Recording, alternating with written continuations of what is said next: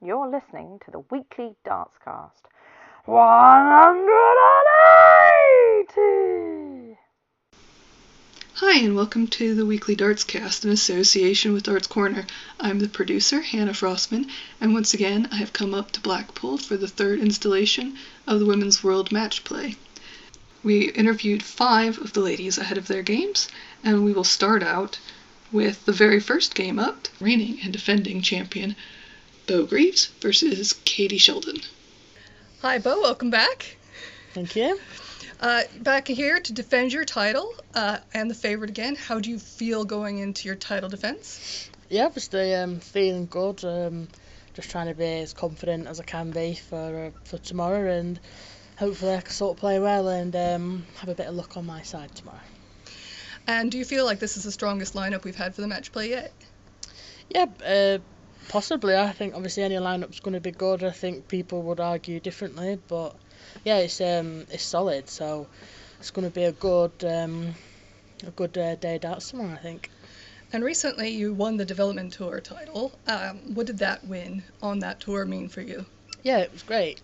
Obviously people are saying to me, oh, you know, you'll win one of these, you'll do this, but obviously it's different when you actually do it, because that is it's so difficult. It's really tough and challenging. Obviously it's a different environment for me being with all these young lads and stuff, but I played really well for the one I won, so yeah, I was really proud of myself, and yeah, it was a happy experience.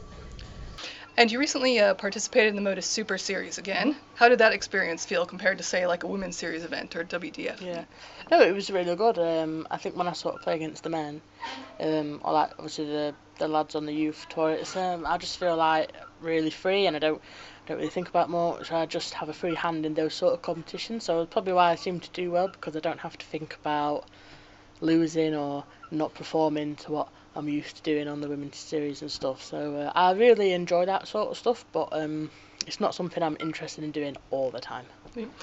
And now that there are so many opportunities to play darts, and you like to play, you always said that you want to keep it fun and have it remain fun. Yeah.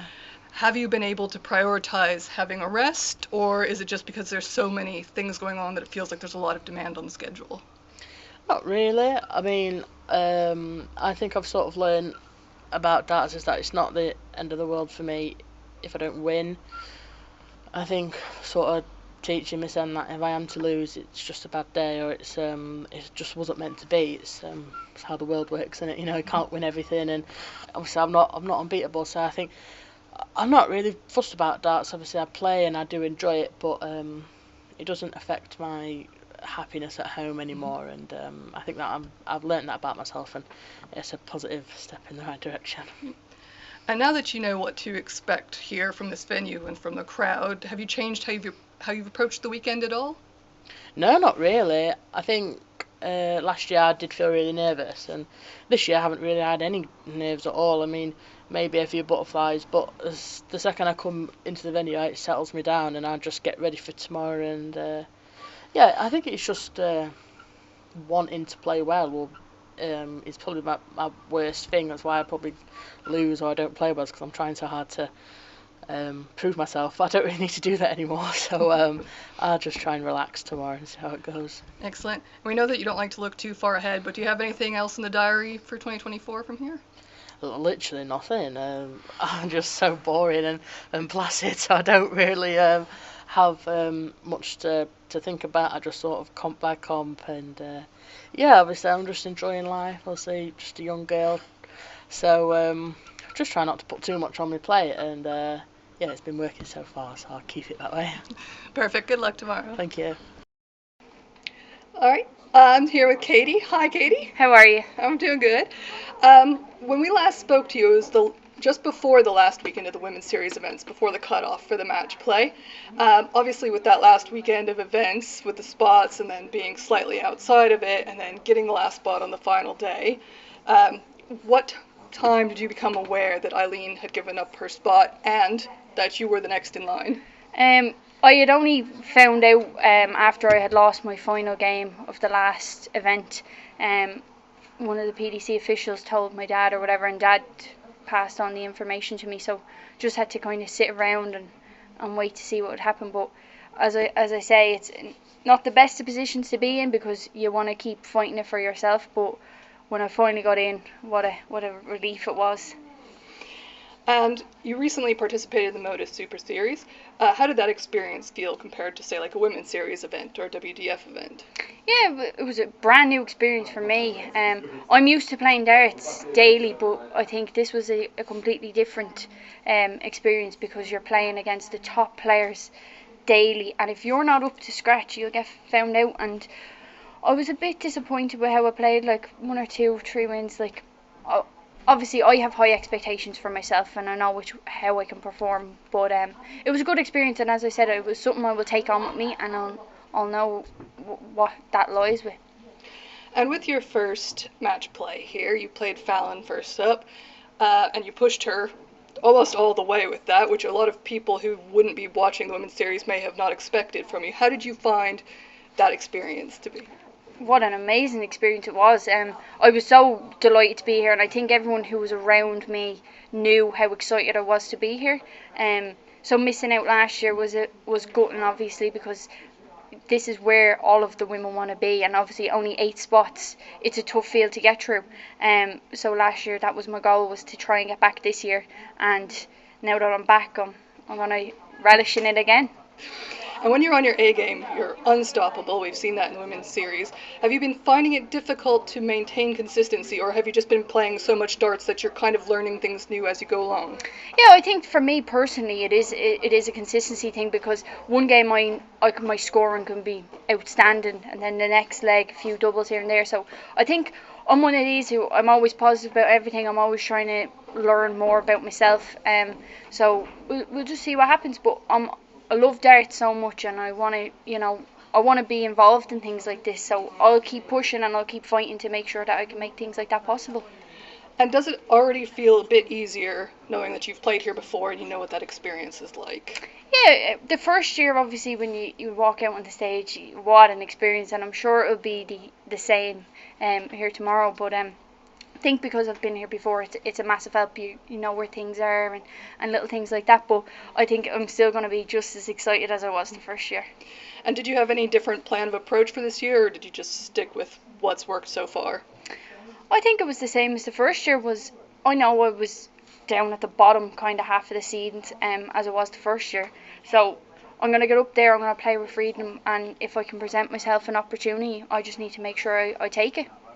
Excellent. Thank you so much for your time, Katie. No problem. Thank you, Hannah. Thanks again to Beau and Katie for their time.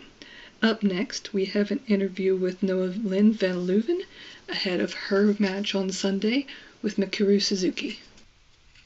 All right, we're joined with Noa here. Noa, last year you debuted on the women's match play. You said that your goal was to be a higher seed this time, and you are a higher seed this time. Does that show how far you've progressed in the last 12 months in your estimation? I think it did, yeah. And you've got Mikuru Suzuki first round. Mm-hmm. Exciting for us to watch. How are you feeling about going into that? Yeah, it's always a tight game playing Mikuru. She's a lovely player, and I just know it's going to be a good game.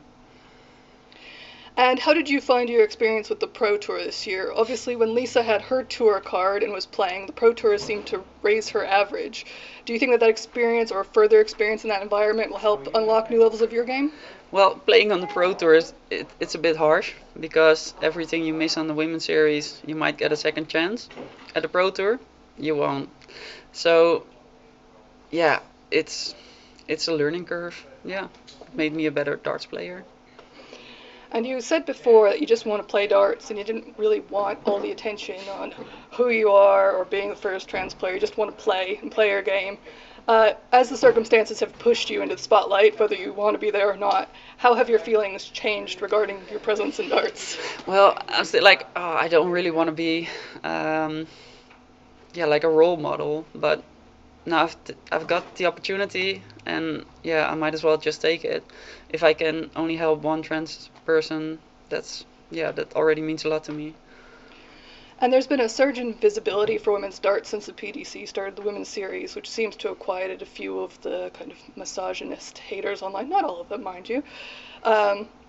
while there's still a long way to go on that front as well, does that kind of give you hope that there could be progress made within other areas of the sport, like trans rights?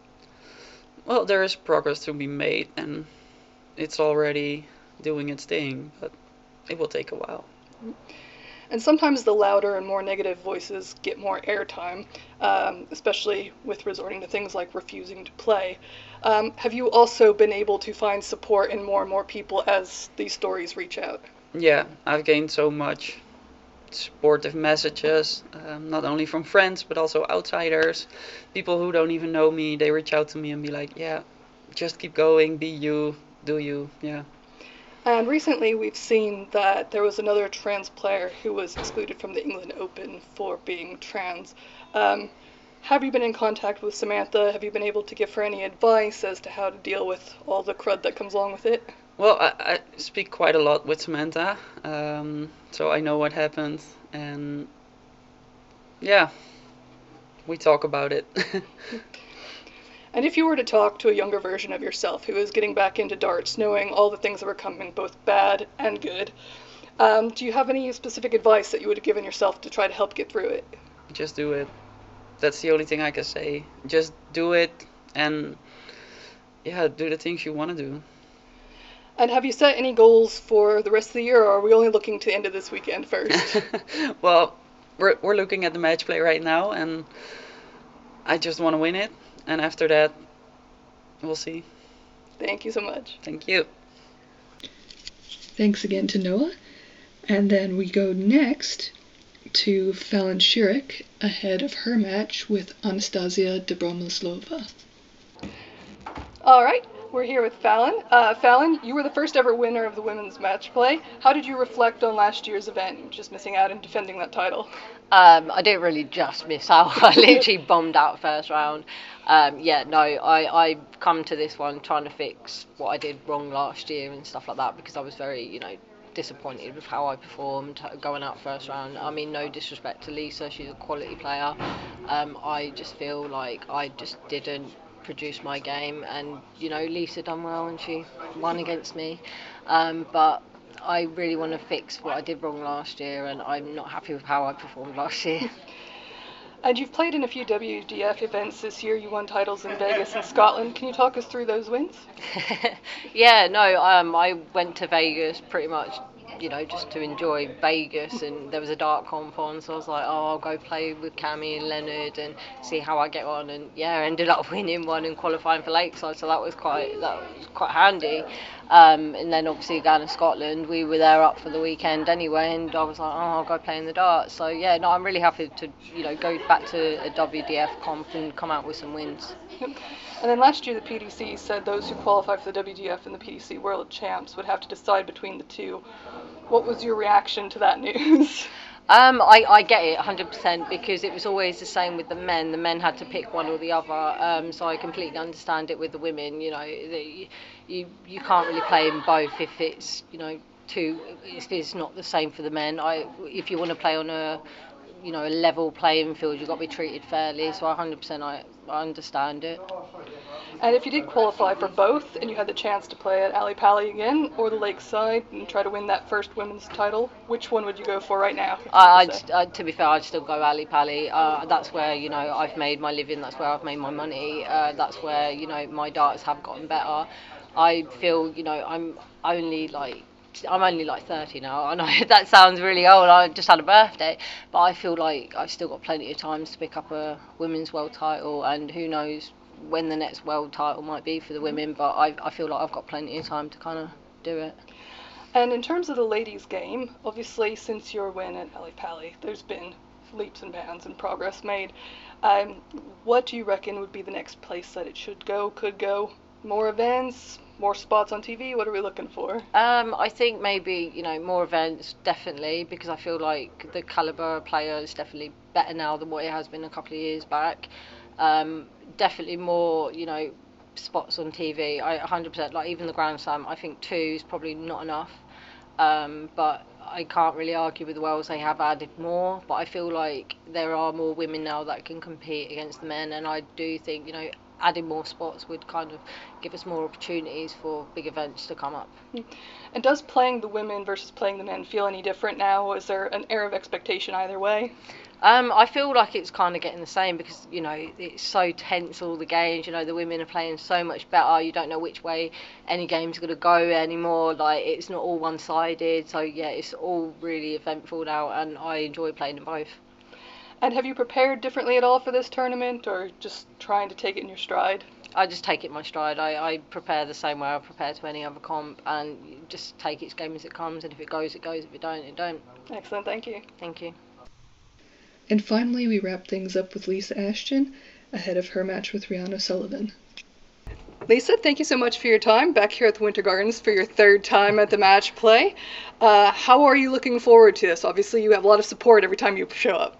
Yeah, I'm definitely looking forward to it. Yeah, to qualify third time is fantastic. Yeah, I'm so happy I've qualified. So now I've got to recalculate and look forward to playing tomorrow. And considering you're back for the third time, looking back at the first two, how do you feel that it went overall as an event for the ladies' game? Oh, brilliant. Yeah, it's just showing how much the ladies' game is rising. The first time I played, put a lot of pressure on myself, and the second time I know I won a game, so hopefully this time I can just relax and I know I can win on that stage, so hopefully I can go all the way. And you made a big surge at the last few women's series to qualify even higher than you were originally. So do you feel like you were hitting that stride again, coming into the right times? Yeah, definitely, yeah. Like I said, I've been practicing, and my arm has been doing well, and the progress has done fantastic. So yeah, and to win two just before coming here, that's given me quite a bit of confidence, knowing, yeah, I can do this.